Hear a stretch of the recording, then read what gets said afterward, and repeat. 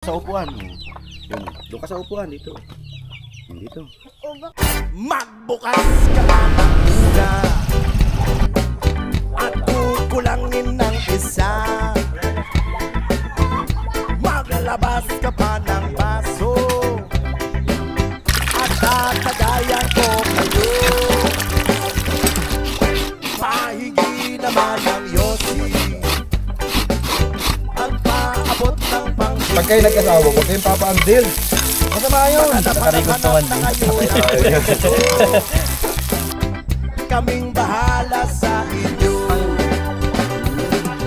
Tama na yan, inuman na. Huy, tama na yan. Huy, pare ko'y tumagay ka.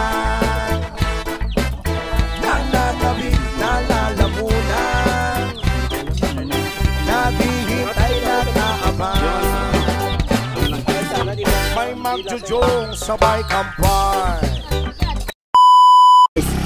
Salamat po kay nanay at kuya. Thank you ha. Pahigi naman ng yosi